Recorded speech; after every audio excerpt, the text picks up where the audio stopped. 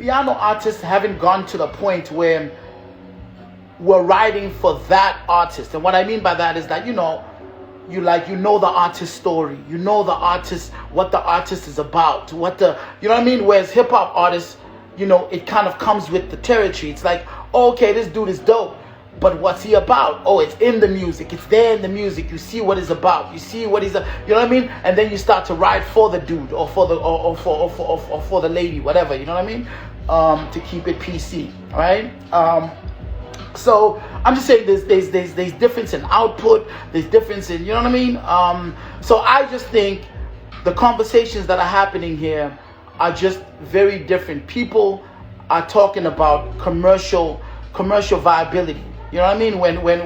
When people say, yo, hip hop is dying or hip hop is dead, they're talking about, yo, hip hop is not on the charts. They're not talking about, yo, niggas ain't dope. They're not talking about, yo, this product is fire. They're just talking about, yo, shit ain't on the radio, shit ain't hitting like it. You know what I mean? They talking about that kind of stuff. You know what I mean? In my humble opinion, right? That's the one issue. The second issue, which I feel like is the most important issue, is that I'm not mad at MCs or hip-hop artists making piano. I'm not mad at that. Do you, fam? If you feel like you gotta sing to get your expression out, to get your story out, to get who you are out, sing, bro. Do that R&B shit. One of my favorite hip-hop artists in South Africa, Double HP, he famously started an album with some gospel shit. You know what I mean? Beautiful, powerful, impactful. You know, I learned more from that than I learned from some of these verses. It was like about him. You know what I mean? I was like, oh yeah, that's soulful. That's some shit, right? So I'm not mad at anybody doing who's traditionally hip hop making piano.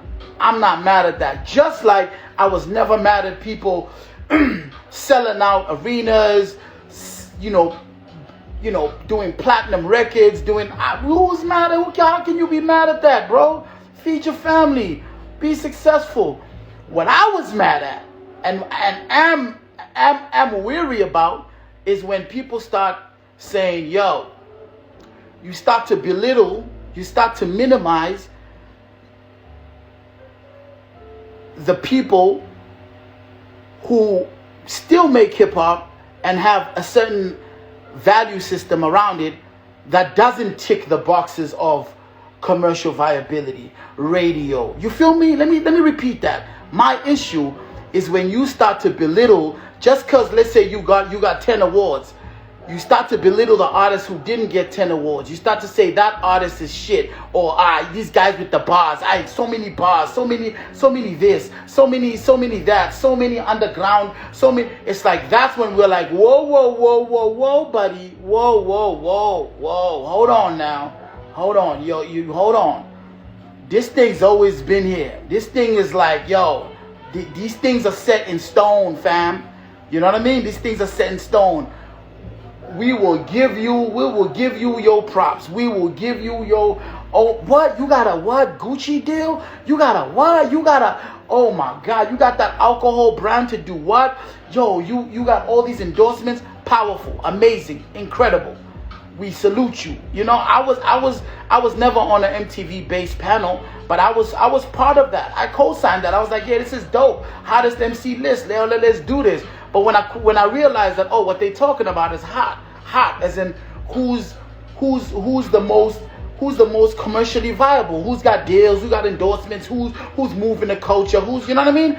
But they're not talking about, yo, who's the dopest MC, who's moving shit in their little you know corner of the world. You know what I mean? No one cared about piano, and when I say no one, I mean, you know, like the, you know, commercially and whatnot. No one cared about piano when these niggas was doing it in the fucking, you know, in the one room you know, shacks and whatnot, in the 4-room houses. No one cared about it until it blew up, until it got some attention. Then it's like, oh shit, blah blah blah, plug it up, you know.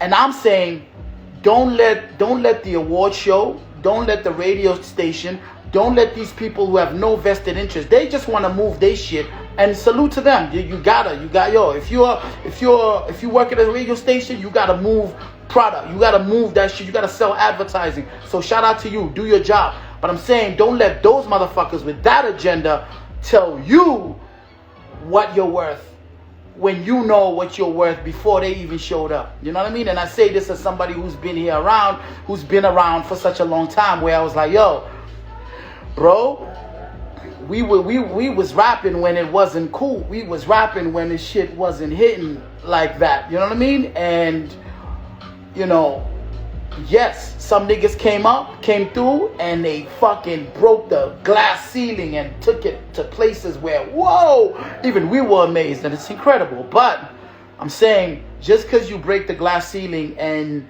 you know, you are now a Grammy Award winner, doesn't mean you can come around here and tell us that that dude who we love and respect is shit because he's you know, he's blowing our minds with his lyrics, or he's fucking us up with these crazy beats. You know what I mean? So that's not gonna happen. That's what I'm weary about. That's my only issue, is that I will never ever let these motherfuckers, and I say that respectfully, I will never let these motherfuckers tell me what I'm worth. You feel me? Like, that's never gonna happen. And that's my little 2 cents on the issue. It ain't no verses. It ain't no piano against hip hop. It ain't no hip hop is dead. It ain't no, yo, shit is just about those things. It's like, if you clock those things, you see that it's like, it's not really about nothing. You know what I mean? It never was. Let me know what you think. Let me know what you think.